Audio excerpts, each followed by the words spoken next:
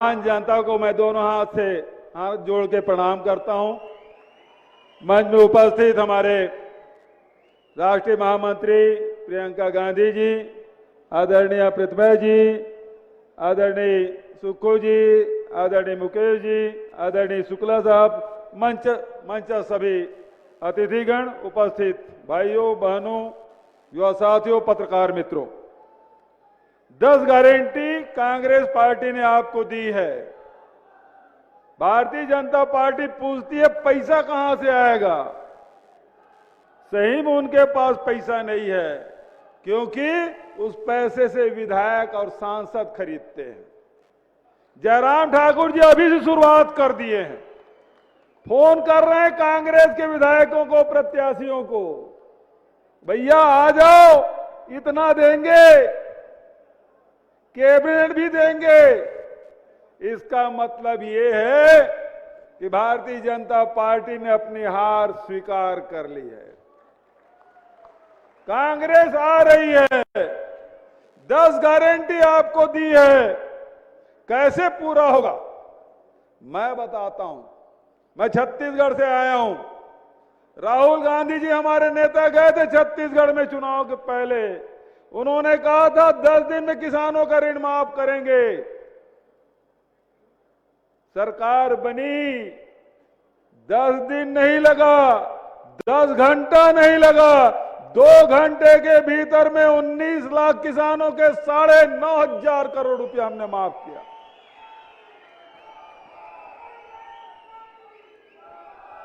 ₹2,500 quintal में धान खरीदेंगे, ये उन्होंने वादा किया। आज देख लीजिए, इस साल जो धान बेचेंगे किसान, वो 2,640 रुपया पड़ेगा।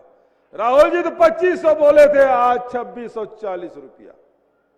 तो कांग्रेस कहती है वो करती है।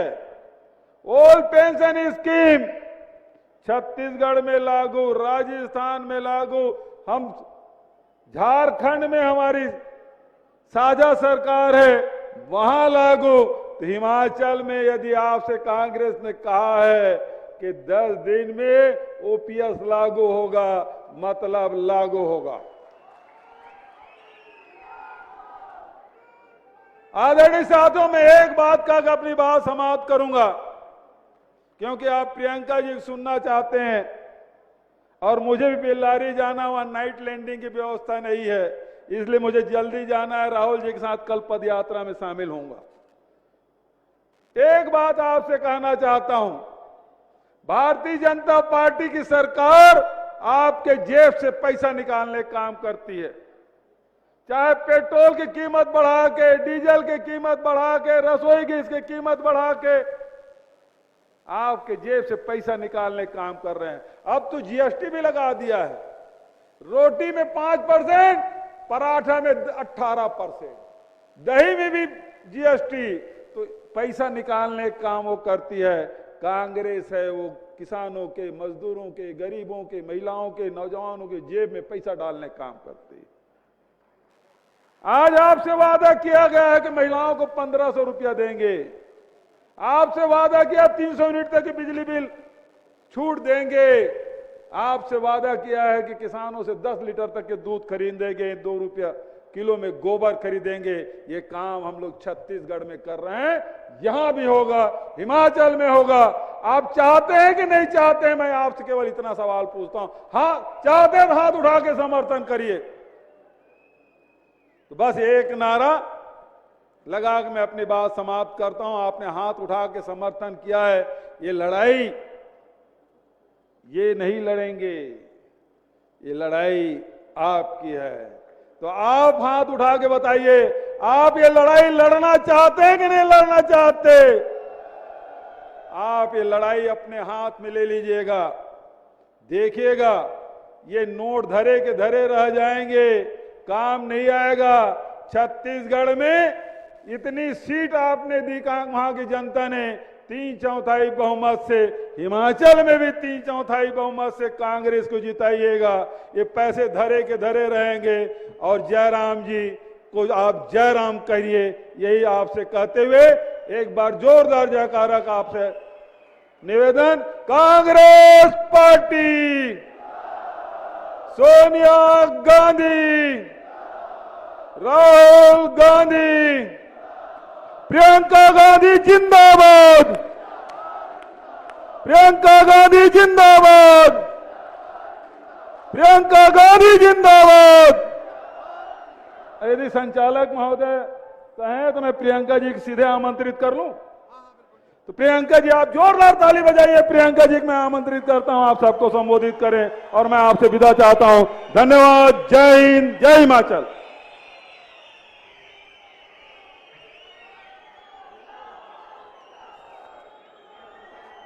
बहनों और भाइयों, आप इतने समय से मेरा इंतजार कर रहे हैं, इसके लिए आपको बहुत बहुत धन्यवाद।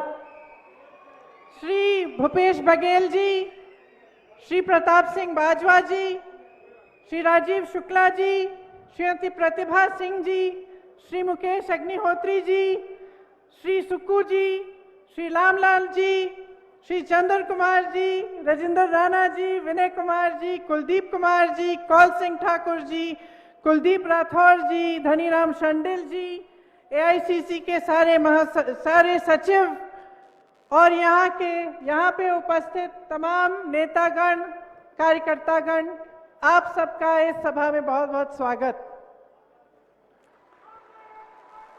यहाँ आने से पहले मैं माता शूलिनी के मंदिर में गई, इसीलिए इस सभा को सबसे पहले हम शूलिनी माता की जय बोल के शुरू करते हैं। आप मेरे साथ कहिए, मां शूलिनी की, मां शूलिनी की जय, मां शूलिनी की जय। कई नेताओं ने इंदिरा जी की जिक्र किया। इंदिरा जी का हिमाचल प्रदेश से बहुत लगाव था। यहाँ के पहाड़ों, हिमालय पर्वतों का उनके साथ एक, मैं कह सकती हूँ, एक आध्यात्मिक जुड़ाव था। आपको शायद ये मालूम नहीं होगा कि जब वे शहीद हुए, उससे कुछ समय पहले शायद उनको मालूम था कि शहीद होने वाली हैं। कुछ समय पहले उन्होंने अपने परिवार के सदस्यों को एक पत्र में ये लिखकर कहा कि मेरी अस्थियां सिर्फ संगम में नहीं विसर्जित करना, वहां जरूर करिए, लेकिन कुछ अस्थियां हिमालय के पर्वतों पर भी बिखेर देना। और उनकी शहीद होने के बाद मेरे पिताजी ने ये उनकी इच्छा पूरी की। तो ये जो हिमालय के पर्वत यहां से दिखते हैं, जब आपको इन पे बर्फ दिखती है, तो उस बर्फ में घुली हुई इंदिरा जी की अस्थियां भी हैं।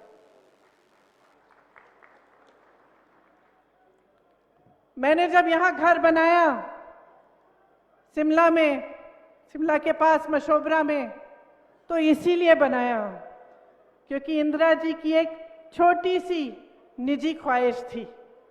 उनका ये सपना था, उन्होंने हमें बहुत बार कहा कि जब मैं रिटायर होंगी तो मैं मशोबरा में एक घर बनाना चाहती हूँ और वहीं पे मैं रिटायर होंगी। लेकिन रिटायर होने से पहले ही वो शहीद हो गईं। वो बताती थी कि 25 जनवरी 1971 में जब हिमाचल का प्रदेश बना, तब वो यहाँ आई आप सबसे बातचीत करने के लिए, तो भारी बर्फ पड़ी थी और बोलते बोलते सभा में भी, सभा के दौरान भी बर्फ पड़ रही थी, लेकिन ना आप हिले ना इंदिरा गांधी हिली। और उन्होंने हिमाचल को प्रदेश इसलिए बनाया क्योंकि वो आपके हुनर को, आपकी हिम्मत को, आपके हौसले को पहचानती थी। अक्सर कहती थी कि आपकी हिम्मत, आपका हौसला पहाड़ जैसा विशाल है। जब हिमाचल प्रदेश बना तो उन्होंने शुरुआत की, शिमला में आकर सभा में ऐलान किया कि ये प्रदेश बनेगा। बहुत लोगों ने आलोचना की, उसमें कई ऐसे नेता हैं जो भाजपा में भी हैं। उस समय बहुत आलोचना हुई कि ये प्रदेश बना तो दिया इन्होंने, ये चलेगा कैसे, पैसा कहां से आएगा, आगे कैसे बढ़ेगा ये प्रदेश। लेकिन इंदिरा जी पीछे नहीं हटी। वो इसलिए पीछे नहीं हटी क्योंकि वो आपके हौसले को, आपके हुनर को पहचानती थी, उसका सम्मान करती थी। उनको मालूम था कि ये प्रदेश आप चलाएंगे, कि इस प्रदेश को आप बनाएंगे। और उसी तरह से जो पहले मुख्यमंत्री जी वाई.एस. परमार जी थे, उन्होंने आपकी सहायता के साथ, आपके सहयोग के साथ ये प्रदेश बनाया। इस प्रदेश को किसने बनाया? सिर्फ किसी एक पार्टी ने नहीं, एक सरकार ने नहीं। इस प्रदेश को यहाँ के कर्मचारियों ने बनाया। इस प्रदेश को यहाँ के युवाओं ने अपनी मेहनत से बनाया। यहाँ की महिलाओं ने बनाया जो दिन रात काम करती हैं। इस प्रदेश को यहाँ के वीरों ने बनाया जो सीमा पर हमारी सुरक्षा करते हैं और यहाँ पर अपनी आमदनी भेजते हैं। ये प्रदेश आपका है। तो आज ये चुनावी सभा नहीं है, ये एक सोचने का समय है, मंथन करने का समय है कि ये प्रदेश जो आपने बनाया, आगे बढ़कर इसका क्या होगा। जिन लोगों की मेहनत के बल पर आज इस प्रदेश में एक इंफ्रास्ट्रक्चर है, हेल्थ केयर की कुछ सुविधाएं हैं, सड़कें बनी, विकास हुआ, ये आप सबने किया। अब आपके भविष्य को क्या होगा, ये समय है कि आप इसके बारे में सोचें। अगर आप देखें तो ये 5 साल जो बीते हैं, इसमें भाजपा की सरकार ने आपके लिए क्या किया। और मैं ये इसलिए नहीं कह रही हूं कि ये चुनाव है तो आलोचना करनी ही है, कि ये चुनाव है, हम इस तरफ हैं, वो उस तरफ है, तो हाँ उनकी बुराई करनी है। नहीं, मैं एक वास्तविकता आपको बताना चाहती हूं। कर्मचारियों को लीजिए, आपके प्रदेश में तकरीबन 2 लाख कर्मचारी हैं। आज कहां है? धरने पे बैठे हैं, महीनों से धरने पे बैठे हैं, सरकार का एक प्रतिनिधि नहीं आया। और धरने पे क्यों बैठे हैं? मैंने पूछा, अभी यहां आने से पहले मैं रुकी थी, उनसे बातचीत हुई। क्योंकि उनको पेंशन नहीं मिल रहा है। ये पेंशन किसने हटवाया? भाजपा की केंद्र सरकार ने हटवाया। जब पेंशन को, पुराने पेंशन को देने की बात होती है तो क्या जवाब मिलता है इनसे? कहते हैं पैसा ही नहीं है। आप सब ये कहते हैं इकोनॉमी खराब हो जाएगी, पैसा नहीं है हमारे पास। अच्छा, आपके पास कर्मचारियों के पेंशन के लिए पैसा नहीं है, लेकिन बड़े बड़े उद्योगपति मित्र जो हैं आपके, उनके लोन आप माफ कर देते हैं। उनको तमाम पीएसयू पकड़ा देते हैं, उनको कोल्ड स्टोरेज दिलवा देते हैं।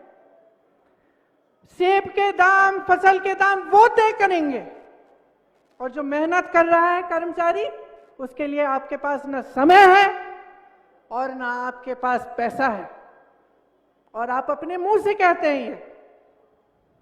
तो मैं पूछना चाहती हूं कि इस प्रदेश के भविष्य का क्या होगा अगर एक ऐसी सरकार चलेगी जो कर्मचारी को नहीं मानती, उसका सम्मान नहीं करती, लेकिन सिर्फ अपने बड़े बड़े उद्योगपति मित्रों का सम्मान करती है। चलिए, कर्मचारियों की बात हुई, अब युवाओं की बात करते हैं। युवाओं की क्या हालात है यहाँ? 63,000 से ज्यादा सरकारी नौकरियां खाली पड़ी हुई हैं, पद खाली हैं, 5 सालों से खाली हैं, भरे नहीं जा रहे हैं। नौजवान बेरोजगार हैं, यहाँ पे बहुत सारे पढ़े लिखे नौजवान हैं। मैं जिससे मिलती हूँ, बीए पास, एमए पास, नौकरी है, रोजगार है? नहीं है जी, यही जवाब मिलता है। तो जो अपने भविष्य के लिए एक नौजवान ये उम्मीद नहीं रख सकता, जो मेरी नौजवान बहनें पढ़ती हैं, लिखती हैं, आप सब उनको, उनकी परवरिश करते हैं, मेहनत से पढ़ाते हैं, लिखाते हैं, लेकिन वे उम्मीद ही नहीं कर सकते कि उनको नौकरी मिलेगी, तो कैसी सरकार है ये? न महिलाओं के लिए कुछ है, न युवाओं के लिए है, न कर्मचारियों के लिए है। बागबानों को देखिए, आज जैसे मैंने कहा, फसल के दाम, सेब के दाम, आप यहां पे टमाटर उगाते हैं, मशरूम उगाते हैं, इस सब के दाम बड़े बड़े उद्योगपति तय करेंगे। आपको अपने फसल का दाम नहीं मिलना चाहिए। इसी तरह से छोटे व्यापारियों को देखिए, छोटे व्यापारी से पूछिए, क्या आपकी तरक्की हुई है 5 सालों में? सब सर हिलाएंगे, तरक्की नहीं हुई। तरक्की इसलिए नहीं हुई क्योंकि जीएसटी लागू हुआ, कोरोना आया, कोरोना में सहायता नहीं हुई आपकी, लेकिन हां पीपीई पे घोटाला जरूर हुआ। युवा को रोजगार नहीं दिया, लेकिन पुलिस भर्ती में आपने घोटाला किया, यूनिवर्सिटी के इम्तिहानों में आपने घोटाला किया। तो ये सरकार है पिछले 5 सालों से, किसी का फायदा नहीं हुआ है। ये कहते हैं ना कि रिवाज बदलना चाहते हैं, मैं तो कहती हूं रिवाज आपने बदल दिया।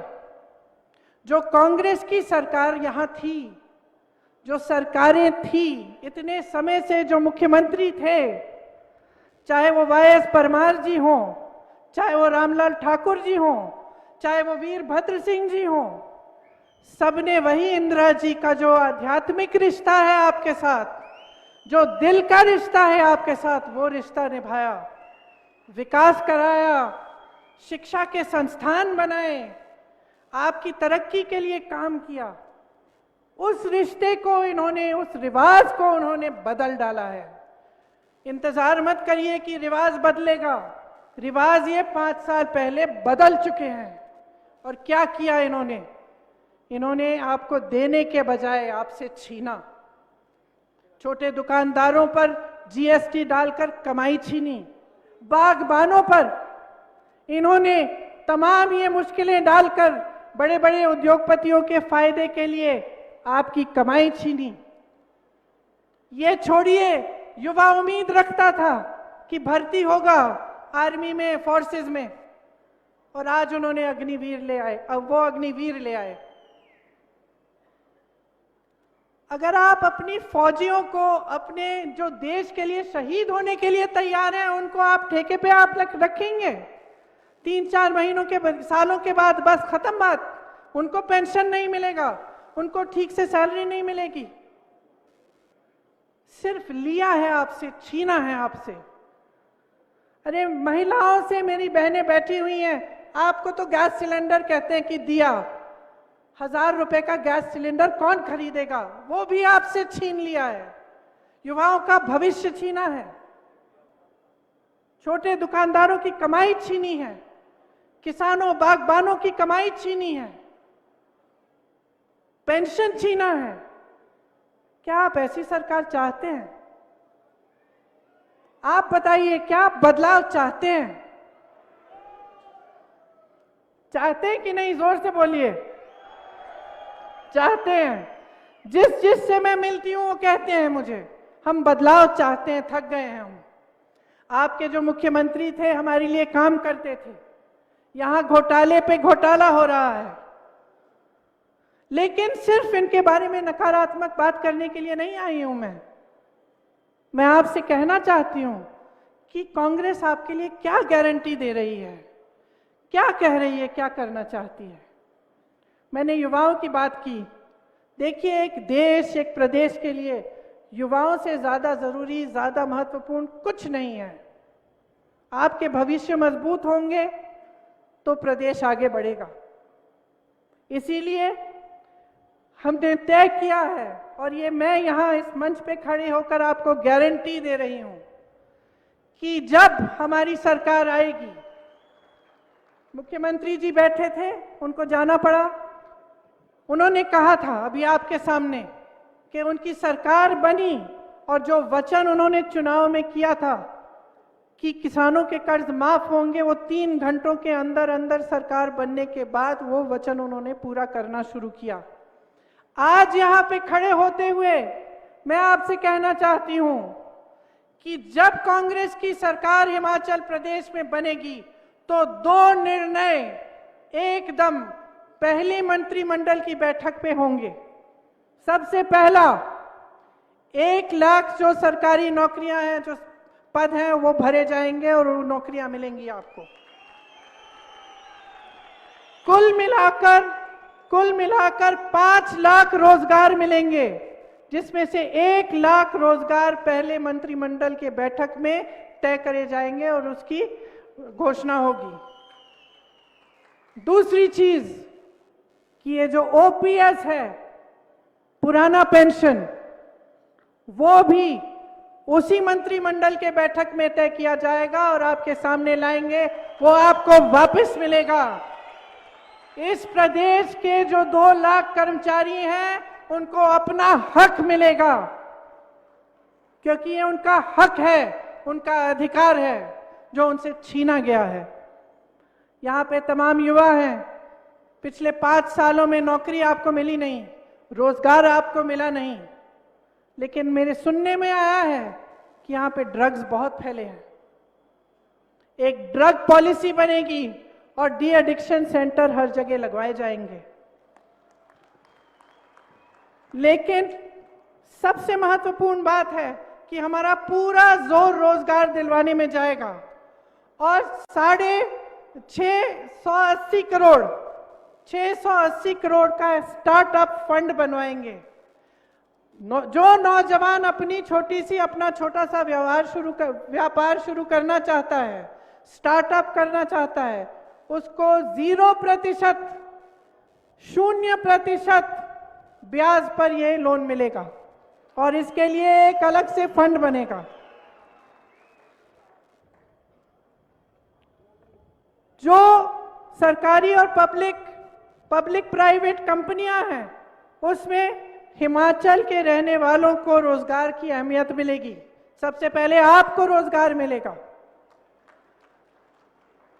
हर विधानसभा में हम कम से कम 4 इंग्लिश मीडियम पाठशाला बनवाना चाहते हैं। आपको याद होगा कि वीरभद्र सिंह जी ने शिक्षा के लिए कितना काम किया प्रदेश में।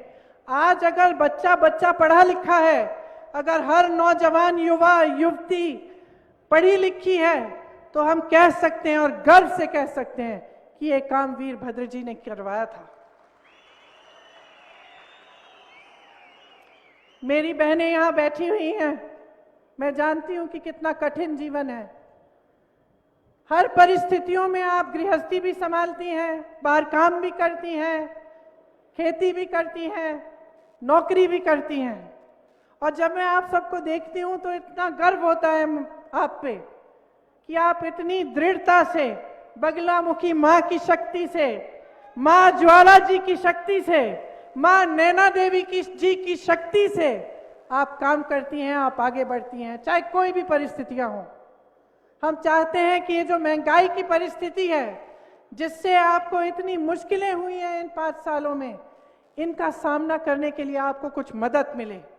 इसीलिए कांग्रेस पार्टी ने तय किया है कि सरकार आने पर 1500 रुपए आपको आपकी सहायता के लिए दिए जाएंगे, हर माह दिए जाएंगे। ये आपके संघर्ष की पहचान है। हम पहचानते हैं और सम्मान करते हैं आपका। हम चाहते हैं कि आपको अपने संघर्ष में मदद मिले, लेकिन हम ये भी नहीं चाहते कि आप सब पढ़ लिख कर घर बैठे। हम चाहते हैं कि युवतियां भी पूरी तरह से अपने पैरों पर खड़ी हो पाए, आपको भी रोजगार मिले, आप भी जिम्मेदारी संभालें। इसीलिए सरकारी रोजगार की बात जब होती है तो हम महिलाओं को भी इसमें हम मदद करना चाहते हैं। मैं जानती हूं कि तकरीबन हर जगह एक मोबाइल क्लिनिक है। ये स्वास्थ्य का काम भी कांग्रेस की सरकारों में शुरू हुआ था, लेकिन आज पिछले 5 सालों से ये हुआ है कि ये रेफरल सेंटर जैसे बन गए हैं। आज आप वहां पे अगर किसी चीज के लिए जाते हैं तो छोटी मोटी दवाइयां मिलती हैं, लेकिन ठीक से अगर कोई बड़ा इलाज करना हो या कोई बड़ी समस्या हो तो वहां पे इलाज नहीं होता। कांग्रेस पार्टी चाहती है कि आने वाले समय में हम उन पीएचसीज को मजबूत बनाएं, ताकि आपको इलाज वहीं पे मिले, अच्छी अच्छी दवाइयां, अच्छी अच्छी सुविधाएं मिले। जैसे मैंने कहा, बागबानों को फसल का दाम, अपने सेबों का, मशरूम, टमाटर का दाम खुद तय करने का हक होना चाहिए। ये हक हम आपको देना चाहते हैं। हम बड़े बड़े उद्योगपतियों के फायदे को के लिए आपका नुकसान कभी नहीं करवा सकते, क्योंकि जैसे मैंने कहा, जो आपके और हमारे बीच, जो आपके और कांग्रेस पार्टी के बीच में रिश्ता है, वो एक बहुत गहरा प्रेम भरा रिश्ता है, एक निष्ठा का रिश्ता है। और हम चाहते हैं कि वो रिश्ता हमारे एक एक नेता निभाएं। और मैं आप सबसे भी अपील करती हूं कि एकजुट होकर ये चुनाव लड़िए, एकता दिखाइए, पार्टी को मजबूत करिए, ताकि हिमाचल प्रदेश मजबूत हो। यहां सोलन में ये निर्णय लिया गया है कांग्रेस पार्टी में कि यहां पे एक बड़ा फूड प्रोसेसिंग पार्क खुलवाया जाए। ये फूड प्रोसेसिंग पार्क ऐसा होगा कि यहाँ पे जैसे अगर आप टमाटर उगाते हैं तो उसको प्रोसेस करना, केचप बनाना, दूसरी उसकी चीज़ें बनाना यहाँ पे हो सकती हैं, और यहीं से फिर वो पूरे देश में जा सकती हैं। तो इसके लिए एक बहुत बड़ी सुविधा और इसके लिए खास फंड हम देना चाहते हैं। अब आप कहेंगे कि देखिए, वचन तो सब करते हैं चुनाव में, हमें कैसे मालूम कि जो आप कह रहे हैं वो सही है कि नहीं। मैंने भी देखा है, मैं सालों से यहाँ से गुजरती हूँ, आपने भी मुझे देखा होगा, अक्सर हर 1.5-2 महीने में यहाँ से गुजरती हूँ। मुझे याद है पिछले चुनाव में भाजपा के जो लोग थे उन्होंने कहा था कि यहाँ से हाईवे शिमला तक बनेगी। अब 4.5 साल से मैं जब ये हाईवे पे आती हूँ तो मुझे लैंडस्लाइड दिखता है, पेड़ कटे हुए पड़े हैं, कहीं पे काम रुका हुआ है, जैम है, लेकिन हाईवे नहीं बन रही थी। 6 महीने पहले जब मैं आई तो मैंने देखा कि अचानक काम शुरू, अचानक बहुत तेजी से हो रहा है, खूब धूल उड़ रही है, खूब बुलडोजर लगे हुए हैं, सब कुछ हो रहा है। तो मैंने सोचा ये तो जरूर चुनाव के लिए होगा। इसी तरह से उन्होंने कहा शिमला में हवाई अड्डा चालू हो जाएगा, ये पिछले चुनाव से पहले नहीं हुआ। हर बार मैं चेक करती थी कि भाई फ्लाइट चालू हुई, नहीं हुई। कब चालू हुई? 2 महीने पहले। 2 महीने पहले, क्योंकि अब अगला चुनाव आ रहा है। अब आप कहेंगे कि सारे नेता ऐसे ही करते हैं, आप में कौन सी खूबी है? मैं कहना चाहती हूं कि हमारी सरकारें देखिए, छत्तीसगढ़ के मुख्यमंत्री खड़े थे आपके सामने, क्या कहा उन्होंने? ओपीएस की बात की। राजस्थान में, छत्तीसगढ़ में और अब झारखंड में भी ओपीएस लागू हो चुका है। तो थोड़ा सा आप अपनी भी सोच इन बातों पर अगर आप ध्यान दें तो आपको पता चल जाएगा कि खोखली बातें कौन करता है और जो सचमुच आपके लिए काम करना चाहता है वो कौन है। कांग्रेस पार्टी को अगर आप देखें, वाईएस परमार जी को, वीरभद्र सिंह जी को, ठाकुर रामलाल जी को सेंट्रल यूनिवर्सिटी यहां किसने बनाई? आईआईटी एग्रीकल्चर यूनिवर्सिटी किसने दी? सोलन में हॉर्टिकल्चर यूनिवर्सिटी किसने बनाई? क्या इन लोगों ने बनाई? कौन सी यूनिवर्सिटी बनाई है इन्होंने? आप बताइए, सोच लीजिए। शिमला, कांगड़ा, नाहन, चंबा, मंडी में मेडिकल कॉलेज किसने बनाए? क्या इन्होंने बनाए?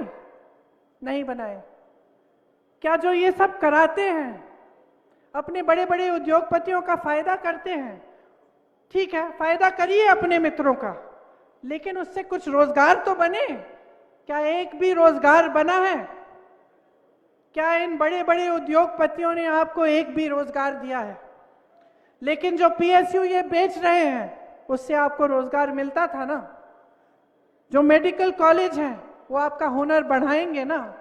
शिक्षा के संस्थान हैं वो आपको आगे बढ़ाएंगे ना। उद्योग धंधे किसने बनाए यहाँ हिमाचल में? कांग्रेस ने आपका विकास किया, सच्चाई से किया। मैं ये नहीं कहती हूं कि सब कुछ अच्छा ही अच्छा किया, हो सकता है इसमें बीच में कुछ गड़बड़ भी हुई होगी, कई बार आप दुखी भी हुए होंगे, नाराज भी हुए होंगे हमारे नेताओं से, लेकिन नीयत साफ थी। गलतियां हो सकती हैं लेकिन नीयत साफ होनी चाहिए। तो आज इस मंच पे खड़े होकर मैं आपको कहना चाहती हूं कि भाजपा के नेताओं की नीयत देखी है आपने। चुनाव से पहले कुछ, चुनाव के बाद कुछ। चुनाव के समय उन बातों पर ध्यान आकर्षित करेंगे जिनसे आपके विकास का कोई मतलब नहीं है, उनकी राजनीति से जरूर मतलब है। चुनाव के बाद जो आपका हक है वो बड़े बड़े उद्योगपतियों को मिलता है, जो आपका हक है आपसे छीना जाता है, जो आपके अधिकार हैं वो आपको मिलते नहीं हैं।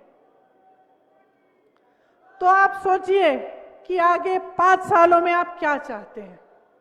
आप एक ऐसी सरकार चाहते हैं जिसने 63,200 करोड़ हिमाचल पर कर्ज ले लिया। आज हिमाचल प्रदेश कर्ज में है। इतने करोड़ों रुपए का कर्ज है। आपका पैसा, हिमाचल का पैसा, आपके रोजगार, आपके कारोबार, आपका विकास, आपके पेंशन, उसमें नहीं खर्च हुआ ये सब पैसा। तो कहां गया? आप पूछिए, सवाल उठाइए। ये हिमाचल का पैसा था, हिमाचल के लोगों का पैसा था। आपकी पहचान बनी थी, इस प्रदेश से बनी है। आप गर्व हैं इस देश के। यहां इतने फौजी हैं, इतने लोग हैं जो हमारी सरहद पे खड़े होते हैं, शहीद होते हैं हमारे लिए। हमें गर्व है आप सब पर। लेकिन आप सही सवाल करिए। जो भी नेता आपके सामने आए उससे सही सवाल करिए। पढ़ी लिखी जनता है, सब समझते हैं आज ये समय आ गया है बदलाव के लिए। इस बात को ठीक तरह से समझ लीजिए, वरना 5 साल और गुजर जाएंगे लेकिन आपका कोई लाभ नहीं होगा। ऐसे मुख्यमंत्री, ऐसे नेता जो कभी अपने घर से निकलते नहीं हैं, जो आपकी समस्याओं को ना समझना चाहते हैं ना सुलझाना चाहते हैं, इनका आपका कोई फायदा नहीं होगा। इनसे कोई काम नहीं है इनका आपके लिए। तो मैं फिर से कहना चाहती हूं कि जो रिश्ता कांग्रेस पार्टी के नेताओं का, जो मेरे परिवार के सदस्यों का आपके साथ रहा है, उसको निभाना जरूरी है। आप सबसे मैं कह रही हूं, और मैं आपसे कहना चाहती हूं जो जनता यहां बैठी है, कि उस रिश्ते को निभाने के लिए दो तरफ आपको भी निभाना पड़ेगा, हमें भी निभाना पड़ेगा। हम अपना इन्हें कर्तव्य का पालन करेंगे, आपके लिए जी जान एक करेंगे, आपके विकास के लिए काम करेंगे। आप जागरूक बन जाओ, हमारे लिए नहीं, सत्ता के लिए नहीं, अपने आप के लिए। जितने भी पढ़े लिखे नौजवान यहां हैं, आप समझ लो कि आपके भविष्य की बात है। अपने भविष्य को बहुत ही संजीदगी से लीजिए। आगे क्या चाहते हैं सोच समझकर अपना वोट दीजिए। आपने कहा कि 3 बजे ही शायद आचार संहिता लागू होने वाली है, चुनाव एकदम आ गया है। अब आप सबकी बातें सुनिए, उनका आकलन खुद करिए, सोच समझकर अपना वोट डालिए। आप कांग्रेस पार्टी को जिताएंगे तो ये प्रदेश आगे बढ़ेगा। आपको निष्ठावान नेता मिलेंगे, आपको ऐसे नेता मिलेंगे जो आपको सर्वोपरि रखेंगे। तो मेरी बातों पर आपने इतना ध्यान दिया, इसके लिए मैं बहुत बहुत धन्यवाद देती हूं। देवभूमि को प्रणाम करते हुए परिवर्तन की प्रतिज्ञा के साथ मैं ये अपना भाषण समाप्त करती हूं और आप सबको बहुत बहुत शुभकामनाएं देना चाहती हूं, क्योंकि मैं जानती हूं कि आप सही निर्णय लेंगे, आप सही निर्णय लेंगे और आप यहां पे बदलाव फिर से लाएंगे। जय हिंद, जय हिमाचल। बहुत बहुत धन्यवाद जी, धन्यवाद। आप सब लोग नारा लगाएंगे, आप बैठे रहिए। प्रियंका नहीं ये आंधी है, दूसरी इंदिरा गांधी है। प्रियंका नहीं ये आंधी है, प्रियंका नहीं ये आंधी है। प्रियंका जी की बात पर मोहर लगेगी हाथ पर, प्रियंका जी की बात पर,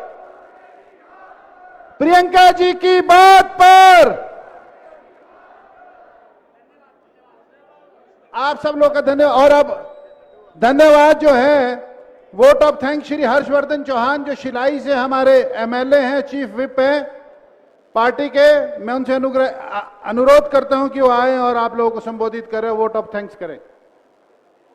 आदरणीय श्रीमती प्रियंका गांधी जी, हमारी राष्ट्रीय महासचिव शुक्ला जी, प्रतिभा सिंह जी, सुखू जी, मुकेश अग्निहोत्री जी, मंच पे सभी महानुभाव, उपस्थित भारी तादाद में हिमाचल प्रदेश के विभिन्न क्षेत्रों से आए हुए सभी कांग्रेस कार्यकर्ता, मैं अपनी तरफ से प्रदेश कांग्रेस कमेटी की तरफ से श्रीमती प्रियंका गांधी जी का दिल की गहराइयों से धन्यवाद करना चाहूँगा कि उन्होंने आज समय निकाल करके हमारा जो हौसला बढ़ाया है, हमारा मनोबल बढ़ाया है।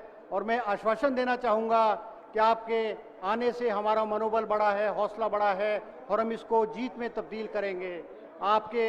हम उम्मीद करेंगे कि आप आने वाले समय में भी जो है यहाँ आकर के हिमाचल प्रदेश के विभिन्न क्षेत्रों में प्रचार करेंगे, कांग्रेस जनों से मिलेंगे। और मैं धन्यवाद करना चाहूँगा कि आपने यहाँ आकर के समय दिया। आपका बहुत बहुत धन्यवाद। जय हिंद, जय हिमाचल।